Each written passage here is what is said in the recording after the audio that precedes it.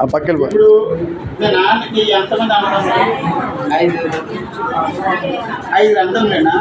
ఈ 5 అన్నదమ్ములు ప్రతి ఇంటికి 2 అక్కచెల్లెళ్ళు ఉన్నారు. 2 అక్కచెల్లెళ్ళు, 5 అన్నదమ్ములు, టోటల్గా 5 అన్నదమ్ములు కదా. ఒకవేళ గదింటికి పోయిన తర్వాత మనమున్నాం.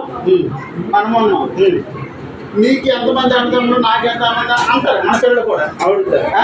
అంటే ఒక తరం పోయి 2వ తరంకి 3వ తరంలో ఉన్నాం. వీళ్ళు కూడా అడుగుతారు. అయితే ఫస్ట్ పేరు మనకు తెలియదు, మన తెలియదు ఒప్పుకోరు కదా.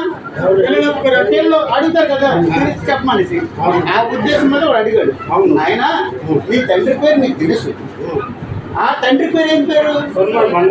ఆ తండ్రి పేరు తప్పు. అనవసరం అనకూడదు, తెలియదు చెప్పాలా. తప్పు ఒప్పుకో. మన తండ్రి వరకే మనం వాడవాడ బొక్కడు మనకెందుకు.